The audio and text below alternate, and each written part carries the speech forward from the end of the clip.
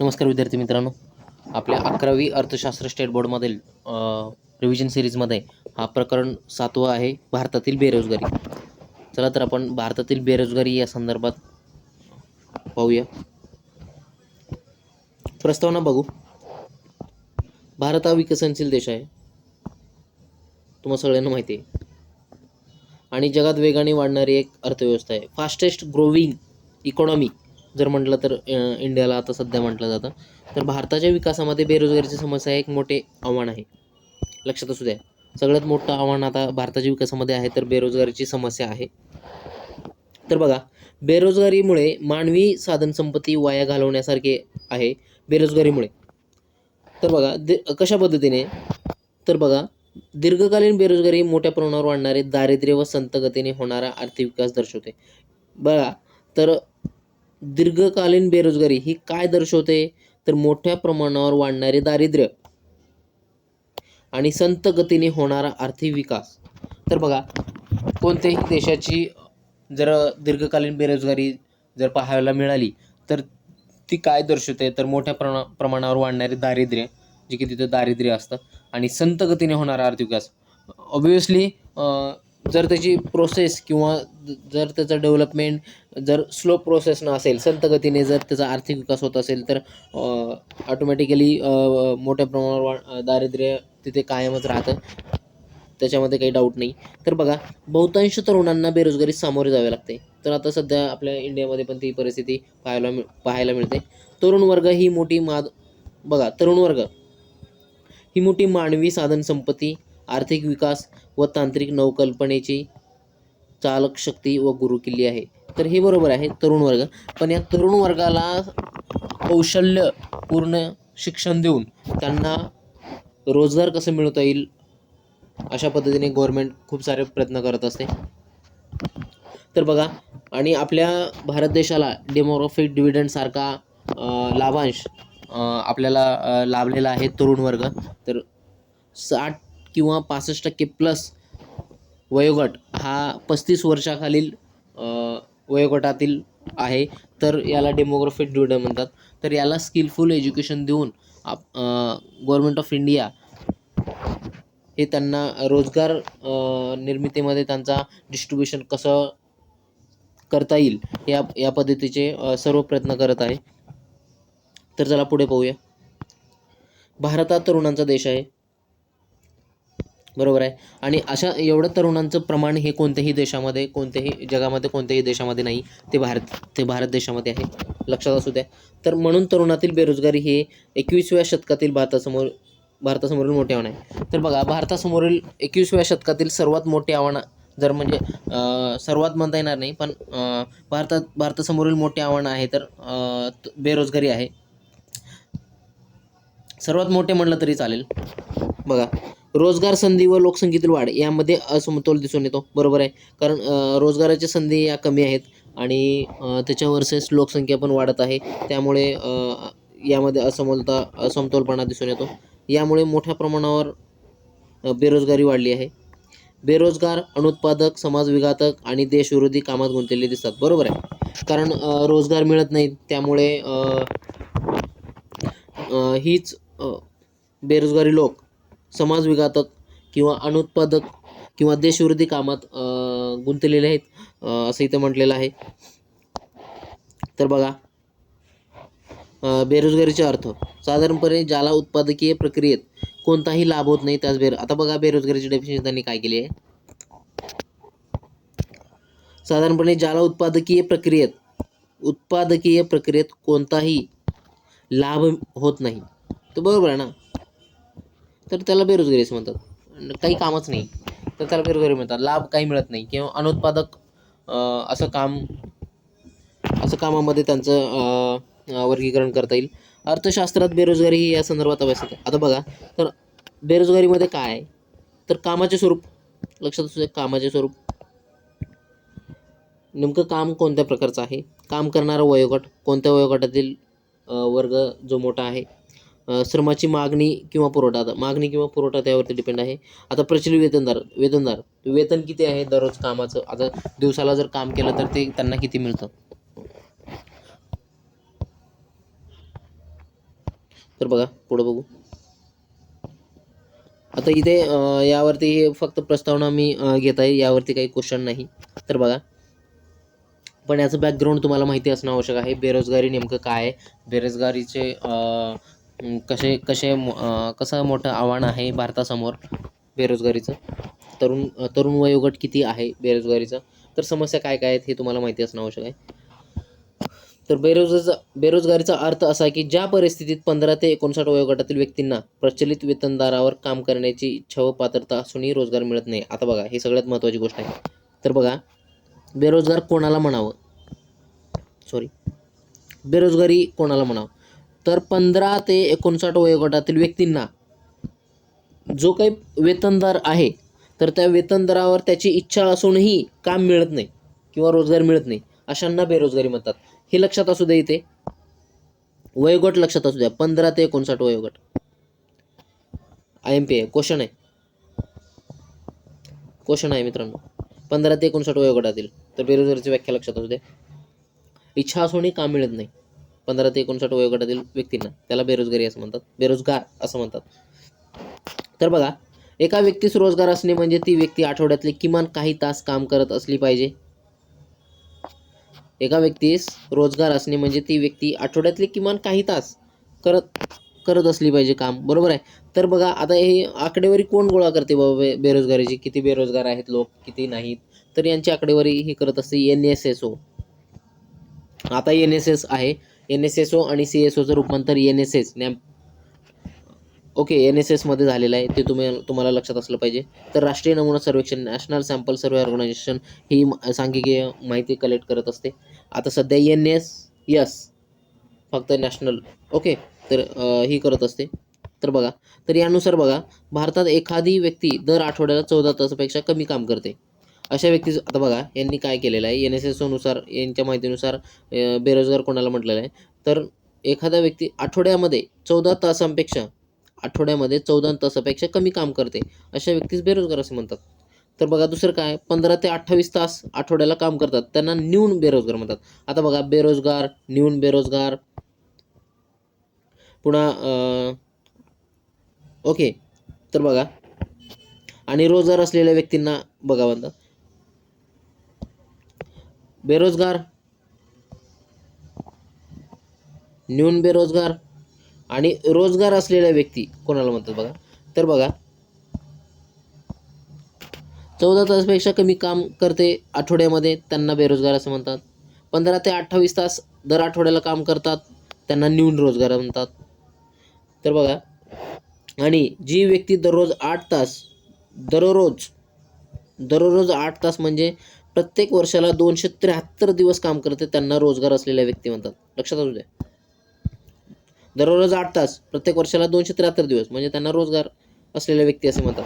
तर इथे लक्षात असू द्या, फक्त रोजगार असलेल्या व्यक्ती 273 दिवस 8 तास दररोज प्रत्येक वर्षाला, हे एवढं लक्षात ठेवा. वरचं काही न्यून रोजगार तेवढं काही आत्तापर्यंत आयोगाने फोकस केलेलं नाही त्यावरती. तर बघा, आता बघा, प्रकार बघा बेरोजगारीचे. अनैच्छिक बेरोजगारी बघा, ऐच्छिक बेरोजगारी बघा, अर्ध बेकारी बघा, आणि पूर्ण रोजगार बघा. तर बघा, अनैच्छिक म्हणजे इनव्हॉलंटरी अनएम्प्लॉयमेंटेशन. तर बघा, ही बेकारी म्हणजे अशी एक अवस्था की लोकांची काम करण्याची पात्रता असते आणि काम करायला तयार असतात, परंतु त्यांना काम प्राप्त होत नाही, त्याला अनैच्छिक म्हणतात. काम करायची पात्रता पण असते आणि काम करायची इच्छा पण असते, पण त्यांना काम मिळत नाही, त्यामुळे त्यांना अनैच्छिक बेरोजगारी असे म्हणतात. लक्षात असू द्या. तर ऐच्छिक बघा, जेथे व्यक्ती काम करण्यासाठी पात्र असते, परंतु त्याची काम करण्याची इच्छा नसते, म्हणजे स्वतःहून की बाबा पात्रता असते पण मला ते काम करायचं नाही, असं त्याची म्हणजे स्वतःची इच्छा, ऐच्छिक बेरोजगारी असं म्हणतात त्याला. आता बघा, अर्धबेकारी. आता अर्धबेकारी ही काय आहे कन्सेप्ट? अर्धबेकारी ही अशी स्थिती होय की जेथे व्यक्तीची काम करण्याची क्षमता पूर्णपणे वापरली जात नाही किंवा कनिष्ठ पातळीवर काम करावं लागते. आता एक इंजिनियर आहे आणि तो क्लरिकलचं काम करतोय, तर कनिष्ठ पातळीवर काम करण्यासारखं झालं, अलग लक्षात. आणि त्याची क्षमता आहे मोठं काम करायची, आणि त्याला एक छोटं कामामध्ये गुंतवून किंवा असं छोट्या छोट्या पद्धतीचं काम दिलं जातं त्याला, तर त्याला अर्धबेकारी असं म्हणतात. आणि त्याच्याकडून त्याची क्षमता जेवढी आहे त्याची क्षमता पूर्णपणे वापरली जात नाही, त्याला पण अर्धबेकारी असं म्हणतात, लक्षात असू द्या. तर आता पूर्ण बेरोजगार बघा, रोजगार ही अशी गृहीत स्थिती आहे ज्यामध्ये सर्व उपलब्ध संसाधने अतिशय कार्यक्षमतेने कार्यरत असतात. समजलं? तर चला पुढे जाऊया. एक्झाम ओरिएंटेड लक्षात असू द्या, फक्त अनैच्छिक बेरोजगारी, ऐच्छिक बेरोजगारी दोन लक्षात असू द्या, बाकी तेवढं नाही. पुढं बघूया बेरोजगारीचे प्रकार. आता हे महत्त्वाचं आहे, एक्झामला हे महत्त्वाचं आहे, बेरोजगारीचे प्रकार यावरती क्वेश्चन येतो मित्रांनो. हे सगळं बेसिक तुम्ही लक्षात असू ठेवा. तर पुढे बेरोजगारी हा चॅप्टर येणारच आहे, त्यामध्ये इन डिटेल्स आपण बेरोजगारी घेणार आहोत सेपरेटली, फ्री ऑफ कॉस्ट. ते यूट्यूबला तुम्हाला व्हिडिओ लेक्चर्स तुम्हाला फ्री ऑफ कॉस्ट पाहायला मिळतील आणि इन डिटेल पण तिथे घेतलं जाईल. त्यावरतीचा क्वेश्चन्स तुमचा चुकणार नाही याची मी काळजी घेईन. इथे फक्त बेसिक आहे, ज्यांना असा न्यूनगंड येतो की असं वाटतं की बाबा माझं बेसिक राहिलेलं आहे, त्यामध्ये काहीतरी एक्स्ट्रा पॉईंट्स किंवा IMP पॉईंट्स राहता कामा नये माझे, अशा व्यक्तींना असं वाटत असेल तर क्विक रिव्हिजन या माध्यमातून तुम्ही करू शकता. आणि बेरोजगारी हा चॅप्टर तर इन डिटेल मी पुन्हा घेणारच आहे. हा व्हिडिओ पाहिल्यानंतर, हा बेसिक पाहिल्यानंतर तुम्ही ते व्हिडिओ पाहत चला, म्हणजे तुम्हाला कन्फर्मेशन मिळेल की माझं बेरोजगारी हा चॅप्टर पूर्णतः झालेला आहे. तर बघा, आणि या व्हिडिओला तुम्ही 1.5च्या स्पीडनं आणि 2च्या स्पीडनंही पाहिला तरी चालेल, म्हणजे तुमचा वेळ वाचेल. तर बघा बेरोजगारीचे प्रकार. तर बेरोजगारीचे प्रकार बघा, ग्रामीण बेरोजगारी आणि शहरी बेरोजगारी. तर बघा ग्रामीण बेरोजगारीमध्ये काय, हंगामी बेरोजगारी म्हणजे 5-6 महिन्याला काम असतं. आता बघा ऊसतोडीचं काम असतं, तर ऊसतोडी एका ठराविक ह्याच्यामध्ये ऊसतोडी, पुन्हा मग त्यांचं सीझन जातं, मग हे असं असतं हंगामी बेरोजगारी. तर बघा किंवा छुपी व प्रचंड बेरोजगारी, छुपी किंवा प्रचंड बेरोजगारी. तर बघा, तर आपण पुढं बघू. शहरी बेरोजगारीमध्ये सुशिक्षित बेरोजगारी आहे, औद्योगिक बेरोजगारी आहे. तर बघा आता औद्योगिक बेरोजगारीचे 4 बेरोजगारीमध्ये बायफर्गेशन त्यांनी केलेलं आहे. तर तांत्रिक बेरोजगारी, संघर्षजन्य बेरोजगारी, चक्रीय बेरोजगारी आणि संरचनात्मक बेरोजगारी. तर संरचनात्मक बेरोजगारीवरती क्वेश्चन आहे, चक्रीय बेरोजगारीवरती क्वेश्चन आहे, तर संघर्षजन्य बेरोजगारीवरती क्वेश्चन आहे, देन छुपी व प्रचंड बेरोजगारीवरती क्वेश्चन आहे, हंगामी बेरोजगारीवरती क्वेश्चन आहे. तर हे सगळ्यावरती क्वेश्चन आहे मित्रांनो. तर बघा, तर 1 बाय 1 आपण बघू. तर बघा हंगामी बेरोजगारी, बघा हंगामी बेरोजगारी. तर ग्रामीण बेरोजगारीचे 2 प्रकार आपण इथे पाहिलेले आहेत. बघा इथे बघा, ग्रामीण बेरोजगारीचे 2 प्रकार,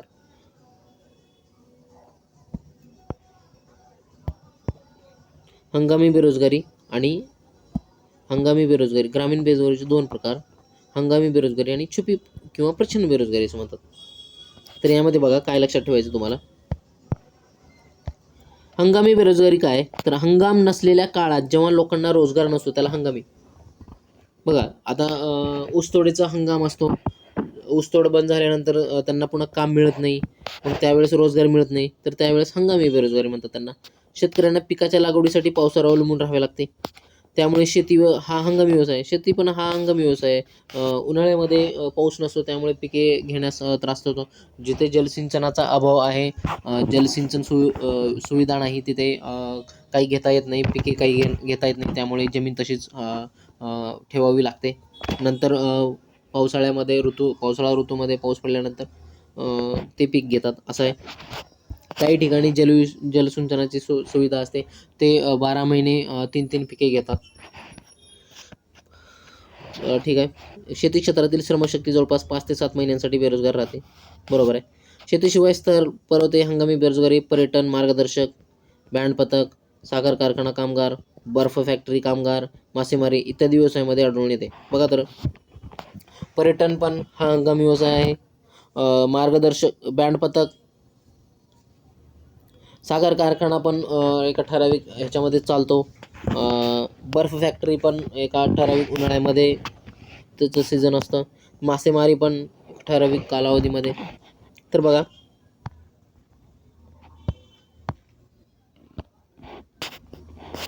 मासेमारी ही 12 महिने केली जाते, पण मेजरली ही त्याचा पण हंगामच आहे. छुपी किंवा प्रचंड बेरोजगारी बघा, सामान्यतः भारतातील खेड्यामध्ये हे आता बघा, सामान्यतः भारतातील खेड्यामध्ये ही बेरोजगारी आढळते, लक्षात असू द्या. ही एक अशी स्थिती आहे की ज्यामध्ये गरजेपेक्षा जास्त लोक काम करत असतात. आता बघा, तुमच्याकडे 5 एकर म्हणतोय मी, तर 5 एकर म्हणजेच 2 हेक्टर, म्हणजे 2.5 एकरचा 1 हेक्टर असतो.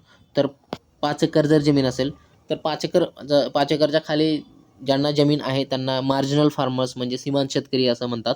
तर बघा, तर 5 एकरमध्ये जर समजा आता 1 एकरमध्ये जर तुम्ही जर कोणतं पीक घेतलं असाल आणि त्या पीक काढणीमध्ये जर तुम्हाला 5 व्यक्ती जर हवे असतील 1 एकरमध्ये, तर तिथे 7 ते 8 लोक काम करतात. हे अशा पद्धतीने म्हणजे एक्स्ट्रा लोक काम करतात, जिथे की गरज नसते. तर त्यापैकी काही मजुरांना कामावरून कमी केले तरी उत्पादनावर त्याचा परिणाम होत नाही. तर बघा, तिथे जर त्या 7-8 पैकी जर 2-3 जर काम कमी केले तर तिथे काहीच फरक पडत नाही, ते बाकीचे लोक करू शकतात. तर इथे असं आहे. तर दुसऱ्या शब्दात सांगायचं तर तेच सेम आहे. अतिरिक्त मनुष्यबळ असून त्यामध्ये काही मजुरांची सीमांत उत्पादकता शून्य असते. यावरती क्वेश्चन आलेला मित्रांनो.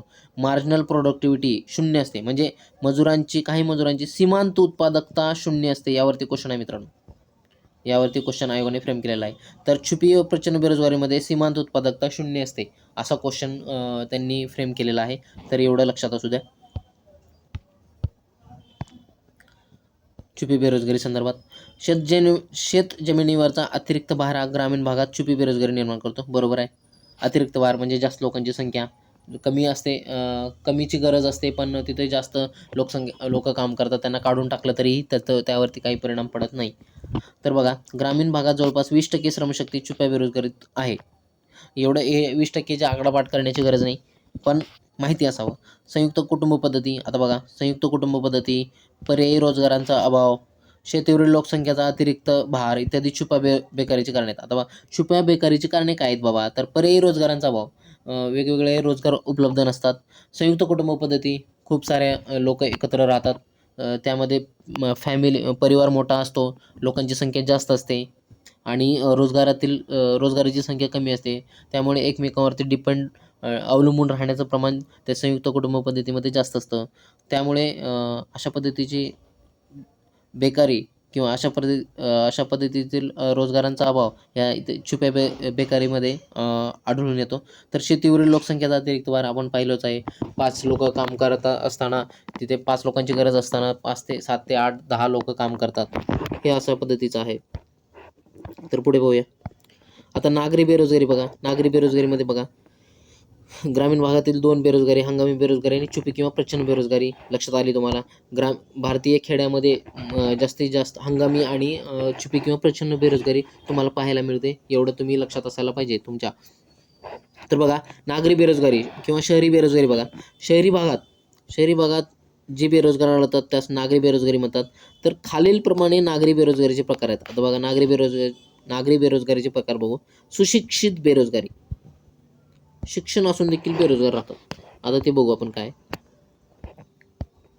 तर काम करण्याची इच्छा आणि शिक्षणाची पात्रता असूनही रोजगार मिळत नाही, त्या सुशिक्षित बेरोजगारी म्हणतात. तर का मिळत नसेल बाबा रोजगार, तर आपण पुढे पाहू. ही बेरोजगारी शालांत परीक्षा उत्तीर्ण, पदवीपूर्व शिक्षण म्हणजे डिग्री, पदवीधारक म्हणजे ग्रॅज्युएशन होल्डर, पदव्युत्तरामध्ये दिसून येते. शिक्षणाप्रती आता वेगवेगळ्या, तुम्ही ग्रॅज्युएशन करून PG करून खूप सारे लोक सुशिक्षित बेरोजगार राहतात. तर बघा, शिक्षणाप्रती उदासीनता. आता नेमकं काय बाबा कारण, तर उदासीनता, पांढरपेशा व्यवसायाला प्राधान्य, व्यावसायिक अभ्यासक्रमाचा अभाव. व्यावसायिक अभ्यासक्रम जे की आता गव्हर्नमेंट इनिशिएटिव्ह घेत आहे की कमी स्टँडर्डपासून किंवा कमी म्हणजे लोअर क्लासपासून व्यावसायिक शिक्षणाचा म्हणजे व्यावसायिक अभ्यासक्रमाचा तिथे समावेश करावा. ही अशा पद्धतीची इनिशिएटिव्ज गव्हर्नमेंट घेत आहे, हे तुम्हाला माहिती असायला पाहिजे. रोजगाराच्या संधी व सुशिक्षितांमधील असमतोल, उपलब्ध शैक्षणिक संधीची माहिती नसणे, हे बघा, आणि ही सुशिक्षित बेरोजगारीची कारणे आहेत. तुम्हाला माहिती असायला पाहिजे सुशिक्षित बेरोजगारीचं काय काम आहेत ते. चला पुढे बघू. औद्योगिक बेरोजगारी. तर बघा, औद्योगिक बेरोजगारी. तर औद्योगिक बेरोजगारी शहरातील कारखाने व उद्योगामधील बेरोजगारीस औद्योगिक बेरोजगारी म्हणतात. आता कारखाने आणि उद्योगामधील बेरोजगारीस औद्योगिक बेरोजगारी म्हणतात. हे कामगार कुशल किंवा अकुशल असतात. म्हणजे बघा, तेवढे जास्त एज्युकेटेड नसतात किंवा काही एज्युकेटेड असतात, काही नसतात. तर बघा, हा सामान्यतः खुल्या बेरोजगारीचा प्रकार आहे. आता बघा, औद्योगिक बेरोजगारी हा सामान्यतः खुल्या बेरोजगारीचा प्रकार आहे. मंद औद्योगिक वृद्धी. आता याचे कारणे बघा, तर मंद औद्योगिक वृद्धी, वेगाने वाढणारी लोकसंख्या, प्रशिक्षण सुविधांचा अभाव, ट्रेनिंगचा अभाव, आधुनिक तंत्रज्ञानाची कमी स्वीकार्य क्षमता किंवा मॉडर्न टेक्नॉलॉजी आली तर त्या लोकांना ते झेपत नाही. त्यामुळे आधुनिक तंत्रज्ञानाची कमी स्वीकार्य क्षमता, ते स्वीकार करत नाहीत. जास्त करून उद्योगांचे गैरसोयीचे स्थानिकीकरण, श्रमाची कमी गतिशीलता हे औद्योगिक बेरोजगारीची मुख्य कारणे आहेत. तर तुम्हाला ओझर ते कारणे तुम्हाला माहिती असलं पाहिजे. चला पुढे बघूया. आता औद्योगिक बेरोजगारी, आता हे महत्त्वाचे आहेत, यावरती क्वेश्चन आहे मित्रांनो, यावरती क्वेश्चन आहेत. हे बेसिक तुम्हाला माहिती असलं. औद्योगिक बेरोजगारीचे खालील प्रकार आहेत. प्रकारवरती क्वेश्चन आहे मित्रांनो, प्रकारवरती क्वेश्चन आहे. तांत्रिक बेरोजगारी. आता बघा, तंत्रज्ञानातील बदलामुळे तांत्रिक बेरोजगारी. तंत्रज्ञानातील बदलामुळे, आता समजा एका व्यक्तीला एक मशीन जमते, पण ती मशीन मध्ये बदल होऊन किंवा दुसरी मशीन आली तर त्याला ती मशीन शिकण्यासाठी किंवा त्याचं इन्फॉर्मेशन घेण्यासाठी वेळ लागेल. त्यामुळे त्या तंत्रज्ञानातील बदलामुळे तांत्रिक बेरोजगारी निर्माण होते. तर तो कसा काय तो मशीन चालवेल किंवा त्याला कसं जमेल, तर या पद्धतीचे मग त्यांना तो काढून टाकेल. दुसऱ्यांना, ज्या माणसांना जमेल त्या माणसांना तो घेईल. तर अशा पद्धतीने मग तिथे जो माणूस कमी झाला तर तिथे तो तांत्रिक बेरोजगार झाला, जे की ते टेक्नॉलॉजीमुळे. अशा पद्धतीचं आहे. तर आधुनिक तंत्रज्ञान भांडवल प्रधान असून त्यास कमी कामगार लागतात. बरोबर आहे. आता खूप सारे कामे तर मशीनच करतात खूप साऱ्या लोकांचे. तर त्यामुळे कामगारांचं प्रमाण कमी होतं. जेव्हा आधुनिक तंत्रज्ञानाचा स्वीकार औद्योगिक क्षेत्रात केला जातो, प्रशिक्षणाचा अभाव असल्याने कामगार आपल्या नोकरीवरून विस्थापित होतात. बघा, ट्रेनिंग खूप महत्त्वाचं आहे. जर त्यांना ट्रेनिंग देऊन जर कामाला लावलं तर ते काम व्यवस्थित करतात. जर ट्रेनिंगच त्यांना देता आले नाही किंवा जर ट्रेनिंगचा अभाव असेल तर ते काम त्यांना नोकरी सोडावी लागते किंवा ते नोकरीपासून वंचित राहतात. आता उदाहरणार्थ संगणकाचा वापर. जर तिथं ज्या लोकांना कम्प्युटर हँडलिंग कसं करायचं हेच माहिती नसेल आणि तिथं जर कम्प्युटरवरचं जर काम असेल तर त्यांना कसं काय ते पॉसिबल आहे काम करणं. तर यांत्रिक तंत्रज्ञानाचा वापर आणि तिथं एक मशिनरी आणली आणि त्यांना ते जर माहिती नसेल, ट्रेनिंग त्यांना माहिती नसेल ते कसं हे करायचं, मॉडरेट करायचं किंवा हँडल करायचं, तर त्यांना कसं काय जमेल. त्यामुळे त्यांना विस्थापित व्हावं लागतं किंवा नोकरी सोडावी लागते. हे बघा. आता बघा, संघर्षजन्य बेरोजगारी. तर उद्योगामधील संघर्षामुळे निर्माण होणारी बेरोजगारी म्हणजे संघर्षजन्य बेरोजगारी. तर नेमकं बघा, ह्या प्रकारची बेरोजगारी यांत्रिक बिघाड, यंत्रामध्ये काही बिघाड झाला असेल, विजेमध्ये काही फॉल्ट आला असेल, वीज टंचाई, कच्च्या मालाचा अभाव असेल, रॉ मटेरियलचं, कामगारांचा संप असेल, यावरती क्वेश्चन आहे बरं का. कामगारांचा संप MP आहे. संघर्षजन्य बेरोजगारी तात्पुरत्या स्वरूपाची असते. बरोबर आहे. वीज गेली तर वीज येते, कच्च्या मालाचा पुरवठा जर झाला तर ठीक आहे, यांत्रिक बिघाड जर दुरुस्त झाला तर व्यवस्थित, आणि कामगारांचा संपल्यामुळे ही तात्पुरती स्वरूपाची असते. लक्षात असू द्या. आता चक्रीय बेरोजगारी ही महत्त्वाचं आहे. यावरती क्वेश्चन आहे मित्रांनो, यावरती क्वेश्चन येत आहे.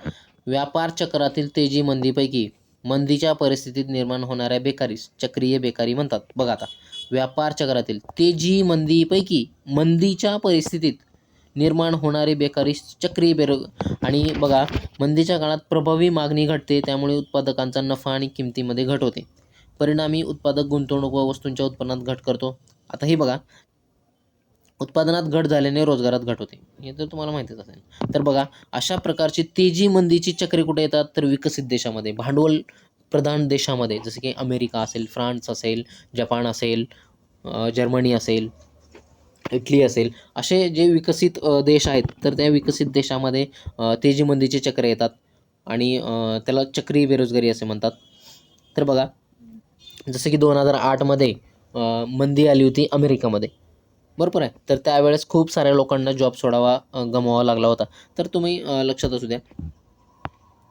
अशा पद्धतीचे विकसनशील देशात किंवा अविकसित देशात किंवा भारतासारख्या देशामध्ये चक्रीय बेरोजगारी आढळून येणार नाही, हे लक्षात असू द्या. यावरती क्वेश्चन आहे. विकसित देशामध्येच म्हणजे भांडवल प्रधान देशामध्येच तेजी मंदीमध्येच ही चक्रीय बेरोजगारी निर्माण होत असते. मंदीच्या परिस्थितीत निर्माण होणाऱ्या बेकारीस चक्रीय बेकारी म्हणतात, USA सारख्या देशामध्ये. लक्षात असू दे ही गोष्ट. यावरती क्वेश्चन आहे मित्रांनो. संरचनात्मक बेरोजगारी, आता यावरती पण क्वेश्चन आहे मित्रांनो. संरचनात्मक बेरोजगारी, तर देशाच्या आर्थिक संरचनेत काही लक्षणीय बदलामुळे ही बेरोजगारी निर्माण होते. तर बघा, हे बदल उत्पादन घटकांच्या मागणी व पुरवठ्यावर परिणाम करू शकतात. बघा, तर ते तर बरोबर आहे. अर्थव्यवस्थेमधील मूलभूत बदल, सरकारी धोरणामध्ये झालेले बदल, भांडवलाचा तुटवडा, उद्योगांच्या एका क्षेत्रापासून दुसरीकडे झालेले स्थलांतर इत्यादी. तर बघा, संरचनात्मक बेरोजगारी काय, तर ही एक दीर्घकालीन व्यवस्था आहे. उपलब्ध रोजगार व कामगारांचे कौशल्य यातील तफावतीमुळे संरचनात्मक बेरोजगारी निर्माण होते. तर संरचनात्मक किंवा स्ट्रक्चरल अनएम्प्लॉयमेंटेशन निर्माण होण्यापाठीमागलं कारण बघा, उपलब्ध रोजगार व कामगारांचे कौशल्य यातील तफावतीमुळे. आता रोजगार एक आहे आणि त्याला आता कम्प्युटर हँडलिंग आहे आणि तो गेला IT वाला किंवा IT म्हणजे ITIवाला गेला आणि तिथे आहे सॉफ्टवेअरचा जॉब, म्हणजे इंजिनिअरचा जॉब किंवा सॉफ्टवेअर इंजिनिअरचा जॉब, कम्प्युटरचा जॉब असेल.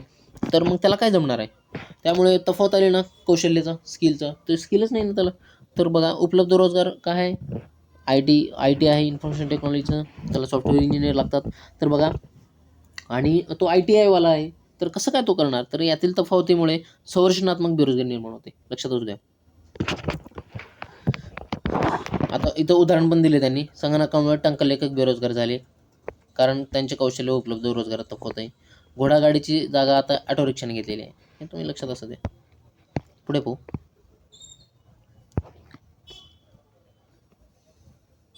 हा चार्ट चेंजेबल आहे. आता बघा, कामगार शक्ती 2011-12चा चार्ट आहे ते. बघा, 2011-12 कामगार शक्ती किती आहे, श्रमशक्ती किती आहे, बेरोजगारी 10.84 आणि बेरोजगारीचा दर 2.2% आहे. एवढं म्हणजे गरज नाही, फक्त माहिती असायला हवी. बघा, आता बेरोजगारीचे कारणे बघू. काय नेमकं कारणे काय आहेत? तर बघा, रोजगार विरहित वाढ. बेरोजगारीमध्ये रोजगार विरहित वाढ. भारतातील रोजगाराच्या वाढीचा दर हा आर्थिक वृद्धीपेक्षा फार कमी आहे. वाढत्या श्रमशक्तीला सामावून घेण्याइतका तो पुरेसा नाही. त्यामुळे बेरोजगारी प्रचंड वाढलेली आहे. तर रोजगार वाढीचा दरच कमी आहे आर्थिक वृद्धीपेक्षा, त्यामुळे रोजगार विरहित वाढ आहे. श्रमशक्तीतील वाढ. मृत्यूदर वेगाने घटला असताना जन्मदर मात्र त्याच प्रमाणात कमी न झाल्याने देशाची लोकसंख्या मात्र वाढली आहे. लोकसंख्या वाढ हा खूप मोठा प्रश्न आहे.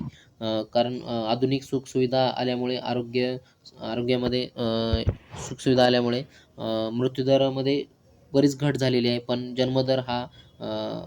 जन्मदरमध्ये मात्र त्याच प्रमाणात कमी न झाल्यामुळे देशातील लोकसंख्या वाढली आहे. त्यामुळे श्रमशक्तीचा विस्तार झालेला असून त्यातून बेरोजगारी वाढलेली आहे. जास्त लोकसंख्या असल्यामुळे बेरोजगारीचं प्रमाण जास्त झालेलं आहे. यांत्रिकीकरणाचा अतिरिक्त वापर. बघा, तर भारतात मनुष्यबळ मुबलक प्रमाणात आहे. तर कार्यक्षमतेने काम करणाऱ्या मनुष्यबळामुळे देशाकडे श्रमप्रधान उत्पादनाचे तंत्र वापरणे सोयीचे असते. तर बघा, सोयीचे, परंतु उद्योगाबरोबर शेती क्षेत्रात देखील कामगाराच्या जागी भांडवलाचा वापर होत असे. जसं ट्रॅक्टर म्हणा, हे म्हणा. तर पेरणीचे क्षेत्र हे ट्रॅक्टर करतं. म्हणजे असं एक एक्झाम्पल सांगतो तुम्हाला.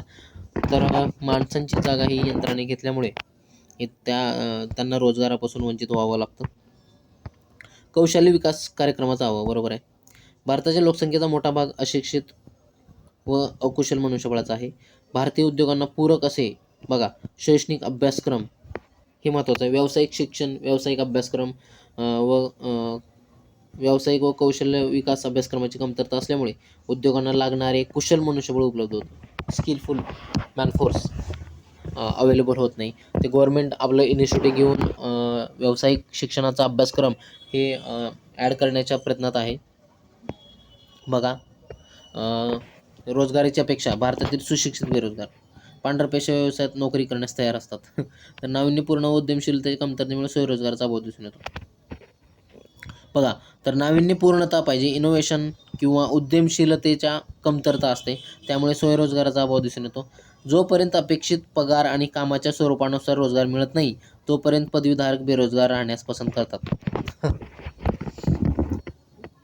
तरी बघा, एक चांगला जॉब किंवा चांगली सॅलरीची जर जोपर्यंत जॉब मिळत नाही तोपर्यंत कमी जॉब किंवा कमी वेतन असलेला जॉब मोस्टली म्हणजे जास्त करून ते स्वीकारत नाहीत, हे त्याचं उदाहरण आहे.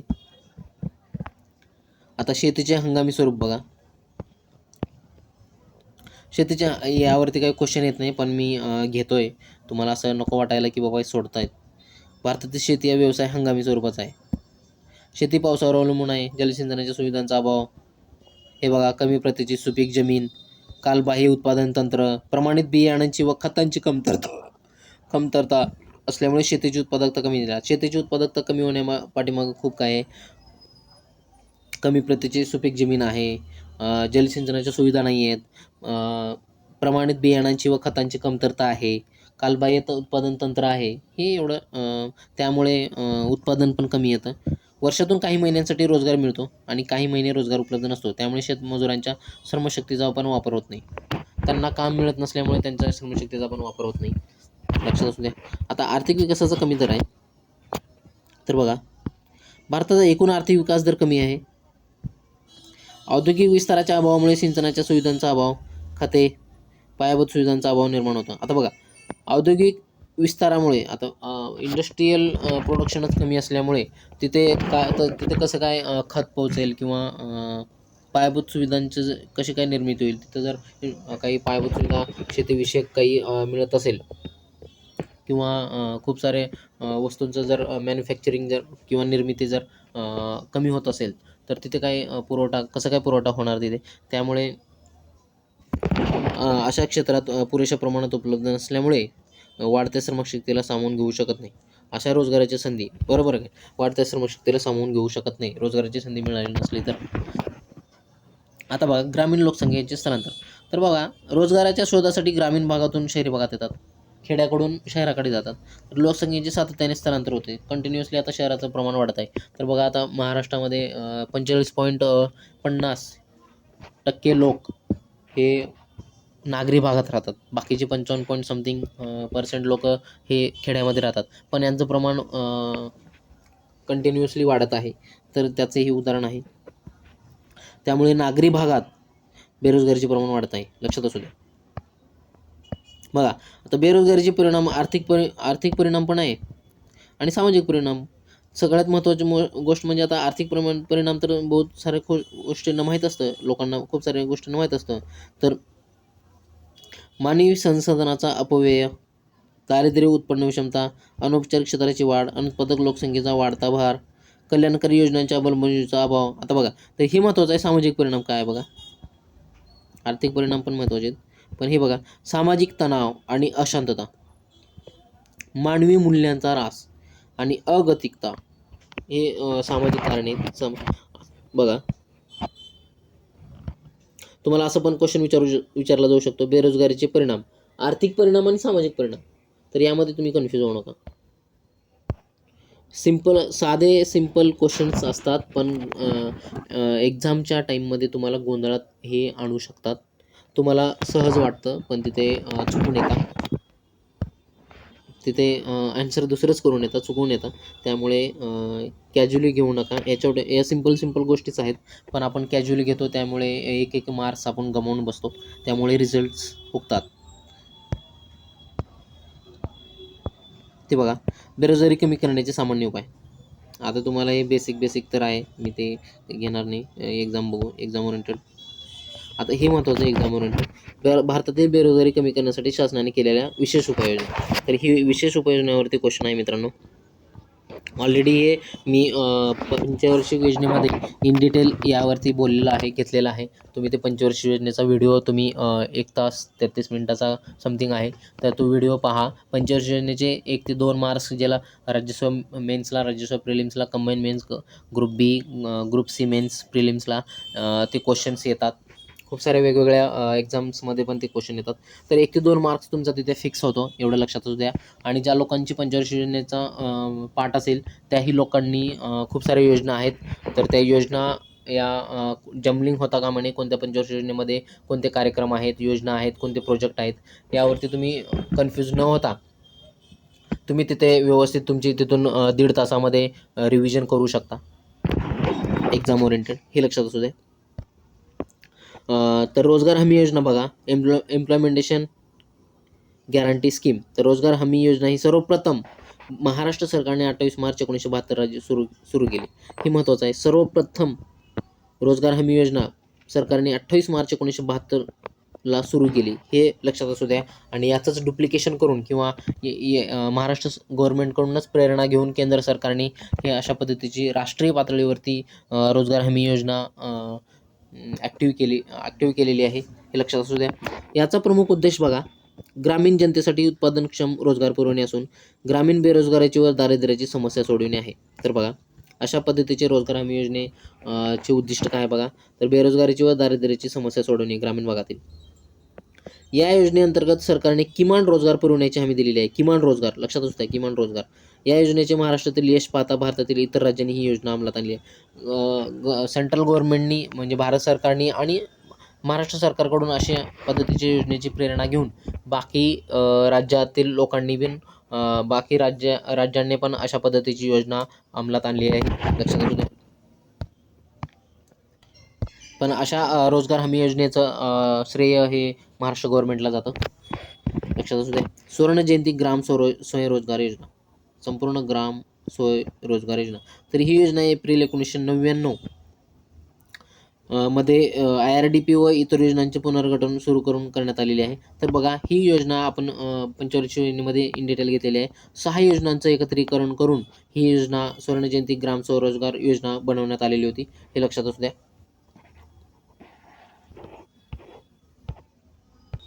तर ही बघा, ही ग्रामीण भागातील गरिबांसाठी एकमेव स्वयंरोजगार योजना आहे. IRDP म्हणजे आपण तिथे एक्सप्लेन केलेला आहे, इंटिग्रेटेड रुरल डेव्हलपमेंट प्रोग्राम, जी की 2 ऑक्टोबर 1980ला NREP सोबत नॅशनल रुरल इम्प्लिमेंटेशन प्रोग्राम हे 2 ऑक्टोबर 1980ला योजना इम्प्लिमेंट करण्यात आलेली होती.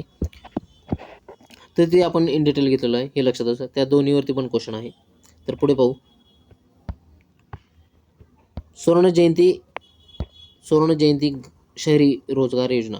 तर ही योजना डिसेंबर 1997 मध्ये इयर लक्षात ठेवा, एप्रिल 1999. स्वर्ण जयंती ग्राम स्वयंरोजगार योजना SGSY आणि स्वर्ण जयंती शहरी रोजगार योजना SJSRY ही 1997 मध्ये डिसेंबर 1997 मध्ये सुरू झाली आहे. तर ही योजना शहरी बेरोजगारांना, आता इथे नावच आहे शहरी, तर शहरी बेरोजगारांना व अर्ध बेरोजगारांना फायदेशीर रोजगार पुरविते, लक्षात असू द्या. तर बघा इथे बघा आता या योजनेसाठी केंद्र सरकार 75%, आता यांचं प्रमाण बघा, 75% केंद्र सरकार आणि 25% राज्य सरकार खर्च करत असते स्वर्ण जयंती शहरी रोजगार योजनेमध्ये. पुढे बघू, प्रधानमंत्री रोजगार योजना. ही योजना 1993 पासून लागू केली. ही योजना 1993 पासून लागू केली असून या योजनेअंतर्गत लाखो सुशिक्षित बेरोजगार तरुणांना शाश्वत स्वरूपाच्या स्वयंरोजगाराच्या संधी उपलब्ध झाल्या, शाश्वत प्रकारे, लक्षात असू द्या. आता बघा, ट्रायसेम लक्षात असू द्या, ही महत्त्वाची योजना आहे, यावरती क्वेश्चन आहे. हे 5व्या पंचवार्षिक योजनेमध्ये खूप साऱ्या लोकांना कन्फ्युजन होतं की ट्रायसेम हे कोणत्या पंचवार्षिक योजनेमध्ये आहे. तर ट्रायसेमचं मी तुम्हाला फुल फॉर्म इथे सांगेन. Training rural youth for self employment, लक्षात असू द्या. Training rural youth for self employment mission असं त्याचं नाव आहे, एवढं लक्षात असू द्या. तर ग्रामीण तरुणामध्ये नेमकं कशासाठी आहे बाबा हे ट्रायसेम, तर ग्रामीण तरुणामध्ये बेरोजगारीची समस्या सोडविणे या उद्देशाने या योजनेचा प्रारंभ 1979 साली झाला. तर 1979 साली याचा प्रारंभ झाला. तर ग्रामीण तरुणामध्ये बेरोजगारीची समस्या सोडवणे, रोजगार त्यांना मिळावा ग्रामीण तरुणांना, हा त्याचा उद्देश आहे. तसेच या योजनेचे ध्येय साधारणतः 2 लाख ग्रामीण युवकांना दरवर्षी प्रशिक्षण देऊन त्यांना स्वयंरोजगारासाठी प्रवृत्त करणे गरजेचे आहे. तर त्यांना स्किलफुल एज्युकेशन देऊन ग्रामीण भागातील बेरोजगारी तरुणांना स्किलफुल एज्युकेशन देऊन त्यांना रोजगार कसा प्राप्त व्हावा किंवा त्यांना उत्तेजन किंवा त्यांना प्रवृत्त कसं करावं, हे या ट्रायसेम या योजनेचं उद्देश आहे. आणि ही योजना लक्षात असू द्या, ही योजना ग्रामपंचायततर्फे राबवली जाते. ग्रामपंचायततर्फे राबवली जाते. तर ट्रायसेम ही योजना स्वर्ण जयंती स्वयंरोजगार योजनेत 1999 मध्ये विलीन करण्यात. तर ट्रायसेम ही योजना जी की पाचव्या पंचवार्षिक योजनेमध्ये 1979ला स्थापन करण्यात आलेली होती किंवा तिचं स्थापन करण्यात आलेली होती. तर हिचंच स्वर्ण जयंती स्वयंरोजगार योजना जी की ते आपण इथे पाहिलेलं आहे. स्वर्ण जयंती स्वयंरोजगार योजना 1999 मध्ये ती स्थापित करण्यात आलेली होती. त्यामध्ये ही ट्रायसेम ही योजना विलीन करण्यात आलेली आहे, लक्षात असू द्या. ओके. तर आता बघा जवाहर रोजगार योजना बघा. मागासलेल्या 120 जिल्ह्यांना रोजगार पुरवण्याच्या हेतूने 1 एप्रिल 1989 मध्ये सरकारने जाहीर केलेली नवीन वेतन रोजगार योजना म्हणजे जवाहर रोजगार योजना आहे. तर मित्रांनो, इथे क्वेश्चन आलेला आहे, लक्षात असू द्या. क्वेश्चन आलेला आहे, कदाचित स्टेट बोर्डमधून पण उचललेला असेल हा क्वेश्चन डिरेक्टली. तर बघा, पहिल्यांदा जवाहर रोजगार योजना किती जिल्ह्यामध्ये 1 एप्रिल 1990ला किती जिल्ह्यामध्ये त्यांनी सुरू केली होती? तर बघा 120 जिल्ह्यामध्ये. हा क्वेश्चन आहे मित्रांनो. 120 जिल्ह्यांना पहिल्यांदा रोजगार पुरवण्याच्या हेतूने 1 एप्रिल 1989, तेही मागासलेल्या जिल्ह्यामध्ये बरं का.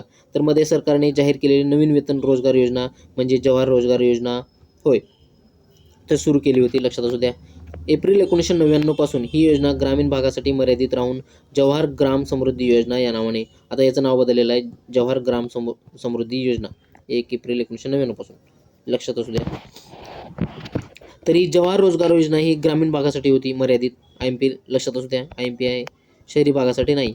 जवाहर रोजगार योजना ग्रामीण भागासाठी मर्यादित होती. तर बघा आता आता नरेगा जसं 1900 इथे बघा आपण पाहिलं नरेगा इथे बघा, हे बघा नरेगा 1972 मध्ये 28 मार्च 1972 मध्ये रोजगार हमी योजना महाराष्ट्र सरकारने इनिशिएटिव्ह घेतला होता तशा पद्धतीची योजनासाठी. तर इथे बघा मनरेगा, तर 2 ऑक्टोबर मनरेगा म्हणजे महात्मा गांधी राष्ट्रीय ग्रामीण रोजगार हमी योजना. तर बघा 2 ऑक्टोबर 2009 पासून राष्ट्रीय ग्रामीण रोजगार हमी योजनेचे नाव महात्मा गांधी राष्ट्रीय ग्रामीण रोजगार हमी योजना असे करण्यात आले. तर 2 फेब्रुवारी 2006ला राष्ट्रीय ग्रामीण रोजगार हमी योजना सुरू केली होती, तर ॲक्टिवेट करण्यात आलेली होती. तर याचंच नाव 2 ऑक्टोबर 2009ला, खूप साऱ्या लोकांना हा माहिती असेल, तर यावरती क्वेश्चन आहे, लक्षात असू द्या. 2 ऑक्टोबर 2009ला नरेगाचं मनरेगा असं करण्यात आलेलं आहे, महात्मा गांधी यांचं नाव देण्यात आलेलं आहे. तर बघा या योजनेअंतर्गत एका वित्तीय वर्षात ग्रामीण भागाच्या प्रत्येक कुटुंबातील एक प्रौढ व्यक्तीला अकुशल स्वरूपाचे काम उपलब्ध करून देण्याची हमी व किमान 100 दिवस वेतन देण्याची हमी दिली आहे. हे यावरती क्वेश्चन आहे मित्रांनो, क्वेश्चन आहे. तर बघा यामध्ये काय आहे, एका वित्तीय वर्षात, आता वित्तीय वर्ष 1 एप्रिल ते 31 मार्च तुम्हाला माहिती आहे, एका वित्तीय वर्षात ग्रामीण भागाच्या प्रत्येक कुटुंबातील किमान एक प्रौढ व्यक्तीला, लक्षात असू द्या हे महत्त्वाचं आहे, प्रत्येक कुटुंबातील किमान एक प्रौढ व्यक्तीला अकुशल स्वरूपाचे काम उपलब्ध करून देण्याची हमी व किमान 100 दिवस वेतन देण्याची हमी दिली आहे या मनरेगा हमी योजनेपासून. लक्षात असू द्या मित्रांनो, इथे तुम्हाला कन्फ्यूज करतं की प्रत्येक कुटुंबातील प्रत्येकांना ही अशी हमी दिलेली आहे, तर कुटुंबातील प्रत्येकांना नाही, तर प्रत्येक कुटुंबातील किमान एक प्रौढ व्यक्तीला, लक्षात असू द्या किमान एक प्रौढ व्यक्तीला. इथे क्वेश्चन आहे मित्रांनो की प्रत्येक कुटुंबातील किमान एक प्रौढ व्यक्तीला, अलग लक्षात, अकुशल स्वरूपाचे काम म्हणजे ते खूप वजनाचे असू शकतं किंवा अंग मेहनतीचे काम, ज्याची इच्छा आहे अंग मेहनतीचं काम करण्याची, तशा लोकांना अकुशल स्वरूपाची इथे असं मेन्शन केलेलं आहे, तिथे तुम्ही लक्षात ठेवायला पाहिजे. तर बघा पुढली योजना आहे दीनदयाळ उपाध्याय ग्रामीण कौशल्य योजना, जी की 2014ची आहे. दीनदयाळ उपाध्याय ग्रामीण कौशल्य योजना 2014. तर बघा ग्रामीण विकास मंत्रालयाने 23 सप्टेंबर 2014 रोजी कौशल्य प्रशिक्षण कार्यक्रमाशी संलग्न असलेली ही एक महत्त्वाची योजना जाहीर केली. या योजनेचे ध्येय दारिद्र्य कमी करणे, फायदेशीर व शाश्वत रोजगार, नियमित वेतन पुरविणे असा आहे, लक्षात असू द्या. तर या कार्यक्रमांतर्गत गरीब कुटुंबातील 15 ते 35 वयोगटाच्या ग्रामीण युवकांना 3 महिन्यांच्या प्रशिक्षणानंतर नियुक्ती दिली जाते यामध्ये, लक्षात असू द्या. तर बघा पुढील बघा, कौशल्य विकास आणि उद्योजकता विकासासाठीचे राष्ट्रीय धोरण. तर यामध्ये बघा यावरती काही क्वेश्चन नाही आहे, त्यामुळे बघूया. कौशल्य विकासासाठी पहिले राष्ट्रीय धोरण 2009 मध्ये जाहीर करण्यात आले, लक्षात असू द्या. कौशल्य विकासासाठी पहिले राष्ट्रीय धोरण केव्हा जाहीर करण्यात आलेले, तर 2009 मध्ये. हे धोरण खाजगी क्षेत्रातील सहभागी नव उपक्रमशील उपक्रमांना प्रोत्साहन देते. तर या योजनेचा मुख्य उद्देश बघा, म्हणजे संयोजन कौशल्य वाढवून विविध घटकांना बळकटी देणे हा असून यात खाली बाबींचा समावेश होतो. तर खाली बाबी बघू.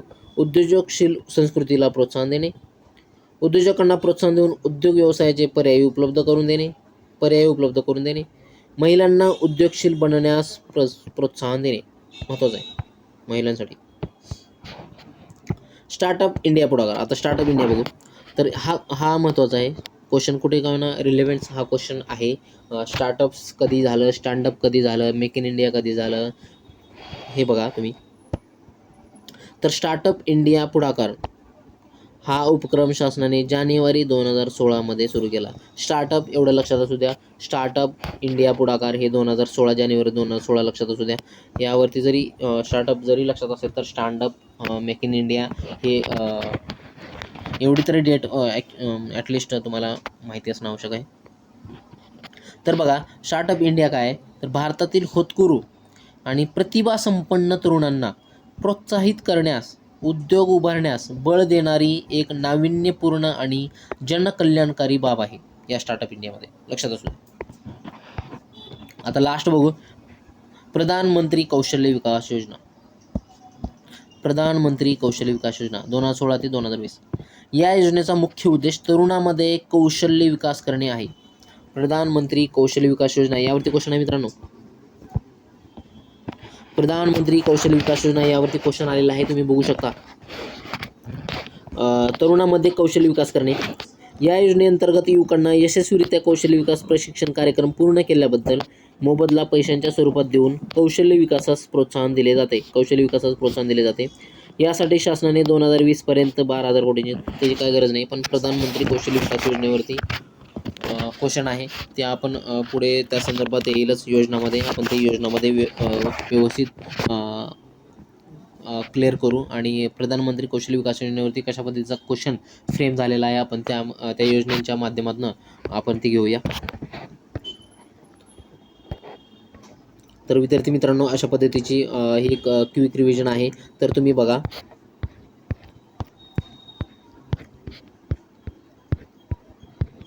तर मी फास्ट रिव्हिजन घेतो इथे. तर यामध्ये तुम्हाला काय लक्षात ठेवायला पाहिजे मी सांगतो. एक्झामला काय काय आहे हे बेरोजगारीचं बघा. वयोगट लक्षात ठेवा. हा वयोगट. हा वयोगट लक्षात ठेवा 15 ते 59. पुन्हा कोण हे करतं, NSS. आता NSS लक्षात असू द्या. हे बघा एवढं दररोज 8 तास, म्हणजे प्रत्येक वर्षाला जी व्यक्ती म्हणजे रोजगारीत आहे, पूर्ण रोजगारीत आहे 273 दिवस प्रत्येक वर्षाला, म्हणजे दररोज 8 तास, हे लक्षात असू द्या. यावरती तुम्हाला माहिती असणं आवश्यक आहे. अनैच्छिक बेरोजगारी आणि ऐच्छिक बेरोजगारी हे कशी आहे ते बघा. फक्त एवढंच कन्सेप्ट लक्षात ठेवा. पुढे बेरोजगारीच्या प्रकारामध्ये लक्षात ठेवा, ते आपण पुढे बघू. तर बेरोजगारीच्या प्रकारामध्ये बघा, हंगामी बेरोजगारीमध्ये कोणकोणते उदाहरण येतात बघा, तुम्हाला माहितीच असेल, तेवढं काही अवघड नाही आहे ते. छुपी बेरोजगारीमध्ये हा एक पॉईंट लक्षात असू द्या. सीमांत उत्पादकता बघा, मजुरांची सीमांत उत्पादकता 0 असते छुपी किंवा प्रच्छन्न बेरोजगारीमध्ये, लक्षात असू द्या. हे दोन्ही पण नावे लक्षात असू द्या. हे दोन्ही पण नावे लक्षात असू द्या, महत्त्वाचे आहेत.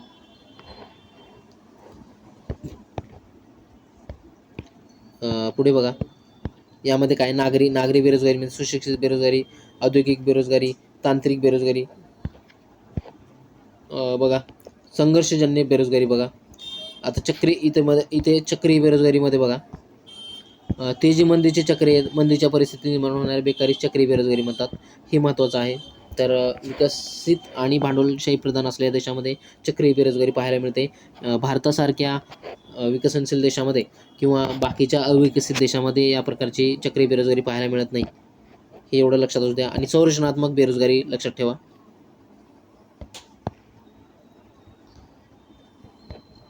चला पुढे बघू. IMP म्हणजे PYQ झालेले तुम्हाला मी सांगतोय काय लक्षात ठेवायला पाहिजे. बाकी फक्त ऐकत चला. यामध्ये बघा ठीक आहे. आता इथे बघा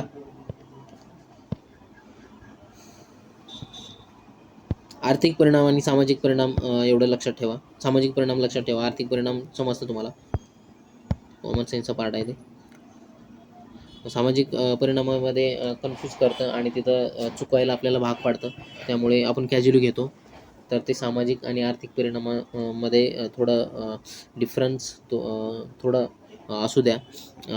डिफरन्स थोडं समजून घ्या. आता इथं योजना विशेष उपाययोजना जे केलेल्या आहेत गव्हर्नमेंटने, ती योजना फक्त व्यवस्थित बघा. हे योजनेवरती क्वेश्चन आहे मित्रांनो. 1972 ही डेट लक्षात ठेवा.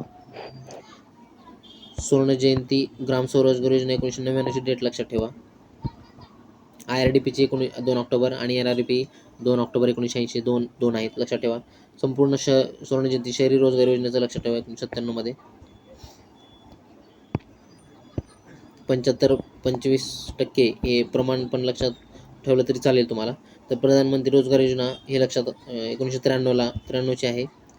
ट्रायसेम ही लक्षात असू द्या. 5व्या पंचवर्षीय योजनेमध्येच आहे ट्रायसेम. 5व्या पंचवर्षीय तर ते स्वर्ण जयंती ग्राम स्वयंरोजगार योजनेत 1999 मध्ये विलीन झाली, एवढं लक्षात असू द्या. जवाहर रोजगार योजना लक्षात ठेवा. त्याला की जवाहर ग्राम समृद्धी योजना या नावाने ओळखलं जातं. हे 120 जिल्हे लक्षात ठेवा. आणि 1 एप्रिल 1990ला याची जवाहर रोजगार योजना आहे, लक्षात असू द्या. नरेगाचं लक्षात ठेवा. हमखास क्वेश्चन येतो. 2 फेब्रुवारी 2006 आहे त्याचा कार्यान्वित ती योजना, पण त्याचं नाव आहे 2 ऑक्टोबर 2009ला महात्मा गांधीचं नाव देण्यात आलेलं आहे. हे लक्षात असू द्या. Exam oriented. हे 100 दिवस लक्षात ठेवा. आणि किमान एक प्रौढ व्यक्ती आहे बरं का, प्रत्येक कुटुंबातील किमान एक प्रौढ व्यक्तीला अकुशल स्वरूपाचे काम देण्याची हमी असं देण्यात आलेलं आहे. प्रत्येकाला नाही, इथे कन्फ्यूज होऊ नका. दीनदयाळ उपाध्याय ग्रामीण कौशल्य योजना 23 सप्टेंबर 2014 हे लक्षात ठेवा. इथे बघा. आणि 15 ते 35 वयोगटातील आहे, लक्षात असू द्या. तर कौशल्य विकास आणि उद्योजकता विकासासाठी राष्ट्रीय धोरण 2009 मध्ये जाहीर करण्यात आलेलं आहे. ही डेट फक्त लक्षात असू द्या. इयर लक्षात असू द्या. स्टार्टअप लक्षात असू द्या. स्टार्टअप कधीचं आहे तर जानेवारी 2016 मध्ये. हे इयर लक्षात असू द्या स्टार्टअपचं. आणि प्रधानमंत्री कौशल्य विकास योजनेचं आपण ते योजनेमध्ये पुढे पाहू. तर अशा पद्धतीने रिव्हिजन झालेली आहे प्रकरण 7वं. तर विद्यार्थी मित्रांनो, जर हा क्विक रिव्हिजन जर तुम्हाला आवडली असेल तर जास्तीत जास्त लाईक करून सबस्क्राईब करा आणि शेअर करा तुमच्या विद्यार्थी मित्रांना. तुमच्या जवळील विद्यार्थी मित्रांना शेअर करा, त्यामुळे मला हेल्प होईल आणि प्रेरणा मिळेल. तर विद्यार्थी मित्रांनो, अशा पद्धतीने आपण रिव्हिजन घेत आहोत. अजून काही प्रकरण राहिलेले आहेत, ते कंटिन्यू करू. तुम्ही पण कंटिन्यू करा. ओके, धन्यवाद.